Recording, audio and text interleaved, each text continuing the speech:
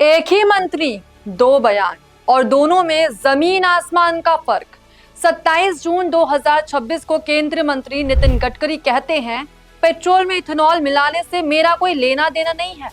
और ठीक इससे 13 दिन पहले 14 जून को नितिन गडकरी कहते हैं, मेरे लिए आज खुशी का दिन है कि कल रात 8 बजे मैंने 100% इथेनॉल के इस्तेमाल को कानूनी मंजूरी देने के लिए फाइल पर साइन किए। एक तरफ खुशी से ऐलान करते हैं तो वहीं दूसरी तरफ अब पल्ला झाड़ते हुए दिख रहे हैं। कौन? भारत सरकार के मंत्री नितिन गडकरी। सोशल मीडिया पर यही कॉन्ट्रास्ट अब आग की तरफ फैल रहा है और अब यह मामला सिर्फ ट्रोलिंग तक सीमित नहीं रहा बल्कि सीधे बॉम्बे हाईकोर्ट तक पहुंच चुका है।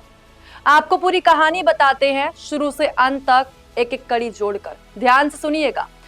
ये पूरा बवाल जिस चीज के इर्द गिर्द घूम रहा है वो है E20 पेट्रोल, यानी 20% इथेनॉल और 80% पेट्रोल का मिश्रण। नमस्कार, मेरा नाम साक्षी मिश्रा है और आप देख रहे हैं अनकोट मीडिया। 1 अप्रैल 2026 से इसे पूरे देश में लागू कर दिया गया। पेट्रोलियम मंत्रालय के मुताबिक अब हर राज्य और केंद्र शासित प्रदेश में तेल कंपनियों को 20% एथेनॉल मिला पेट्रोल ही सप्लाई करना है। यहाँ पर दिलचस्प बात तो ये है कि सरकार ने एथेनॉल ब्लेंडिंग का लक्ष्य पहले 2030 रखा था, जिसे घटाकर साल 2025-26 कर दिया गया। यानी जो बदलाव धीरे धीरे कई सालों में होना था वो अचानक तेजी से पूरे देश पर लागू कर दिया गया और यहीं से असली प्रॉब्लम शुरू होती है। जी हाँ, केंद्रीय सड़क परिवहन मंत्री नितिन गडकरी ने बॉम्बे हाईकोर्ट में 86 पन्नों की एक याचिका दाखिल की है। इसमें उन्होंने कहा है कि E20 इथेनॉल मिश्रण योजना से उनका कोई संबंध नहीं है, क्योंकि ये योजना पेट्रोलियम मंत्रालय चलाता है, ना कि उनका सड़क परिवहन मंत्रालय। वकील संदीप लड्ढा के जरिए दाखिल इस याचिका में गडकरी ने Meta, x, Google, YouTube, ministry of electronics and information technology, department of telecommunications और कुछ अज्ञात सोशल मीडिया यूजर्स के खिलाफ कोर्ट का रुख किया। मांग है सोशल मीडिया पर वायरल हो रहे AI से बने फर्जी वीडियो और तस्वीरें तुरंत हटाई जाए और साथ ही 11 करोड़ रुपए का हर्जाना भी दिया जाए।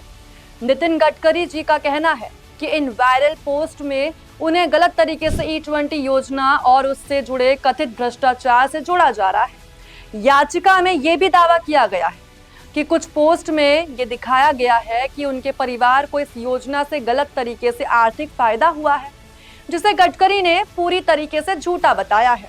याचिका में 26 ऐसे लिंक का जिक्र भी किया गया है जिनमें फेस स्वैप वीडियो, AI तस्वीरें और कार्टून शामिल हैं, जो उनके नाम, चेहरे, आवाज और अंदाज का बिना अनुमति इस्तेमाल करते हैं।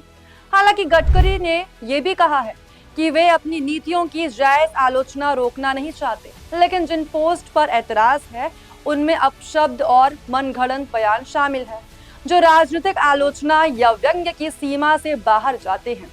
इस मामले में मंगलवार को जस्टिस आरिफ एस डॉक्टर की बेंच में सुनवाई होनी है, लेकिन ये लड़ाई सिर्फ कोर्ट कचहरी तक सीमित नहीं रही।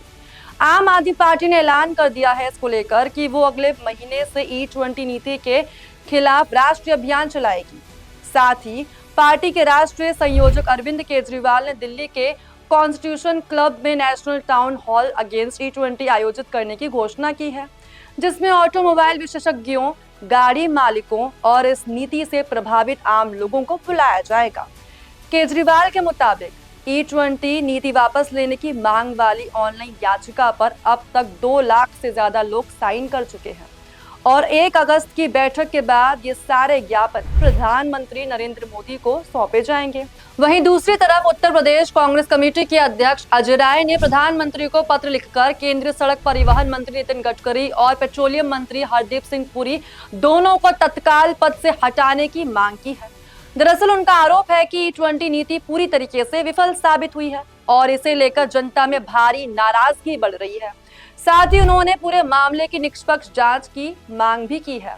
अब यह विरोध सिर्फ बयानबाजी तक सीमित नहीं रहा, बल्कि सड़कों पर उतरने की तैयारी भी शुरू हो चुकी है। कई संगठन अब खुलकर इस नीति को वापस लेने की मांग कर रहे हैं। Delhi taxi and tourist transport and tour operators association सहित दिल्ली के कई प्रमुख ट्रांसपोर्ट यूनियनों ने 4 अगस्त 2026 को संसद तक विरोध मार्च निकालने का आधिकारिक ऐलान तक कर दिया है। संगठन के अध्यक्ष संजय सम्राट ने साफ किया है कि वे इसे राजनीतिक मुद्दा नहीं बनाना चाहते और ना ही उनका किसी राजनीतिक दल से कोई नाता है। उनका कहना है कि एथेनॉल मिश्रण की वजह से देश भर में गाड़ियों में लगातार दिक्कतें सामने आ रही हैं और ये मार्च इसलिए निकाला जा रहा है ताकि इस मुद्दे पर चुप बैठे सांसदों को जगाया जा सके।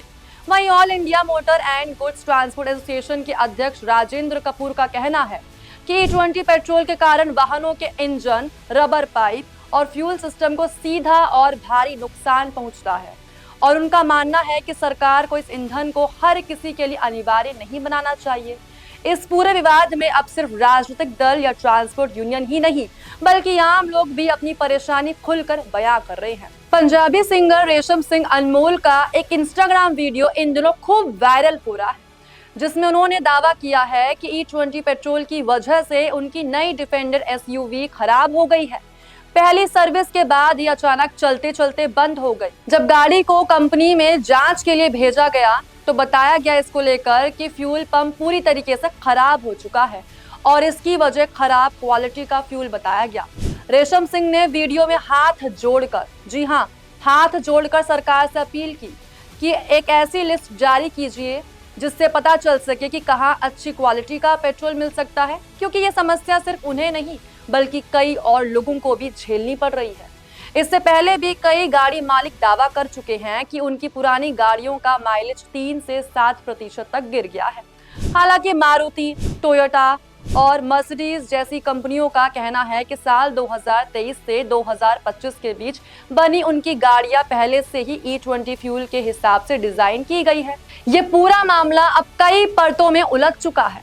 नीट पेपर लीक विवाद ठंडा पड़ने के साथ ही E20 पॉलिसी एक बार फिर सुर्खियों में आ गई है। वहीं दूसरी तरफ बॉम्बे हाई कोर्ट ने केंद्रीय मंत्री नितिन गडकरी को सोशल मीडिया पर चल रहे कथित मानहानिकारक और डीप फेक दावों के खिलाफ कानूनी कार्रवाई की इजाजत दे दी है। एक तरफ आम आदमी पार्टी राष्ट्रीय स्तर पर जन अभियान की तैयारी में है, तो वहीं दूसरी तरफ उत्तर प्रदेश कांग्रेस 2 केंद्रीय मंत्रियों के इस्तीफे की मांग कर रही है और ठीक इसी बीच ट्रांसपोर्ट यूनियन सड़कों पर उतरने की तैयारी कर रहे हैं।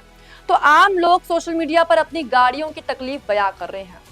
सीधी बात करें तो अब ये मामला सिर्फ किसी एक नीति तक सीमित नहीं रह गया, बल्कि ये एक बड़ा मुद्दा बन चुका है जिसमें राजनीति, कानून, कारोबार और आम लोगों सभी का दांव लगा हुआ है और हर तरफ से इसे लेकर टकराव देखने को मिल रहा है। अब सबकी नजर आने वाले दिनों पर टिकी हुई है, खासकर बॉम्बे हाई कोर्ट की सुनवाई और 4 अगस्त को होने वाले मार्च पर।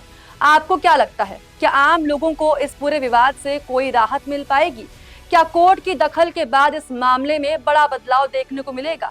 क्या 4 अगस्त का मार्च इस मुद्दे को और तेज करेगा? और क्या सरकार और विपक्ष के बीच इस पर टकराव और बढ़ेगा?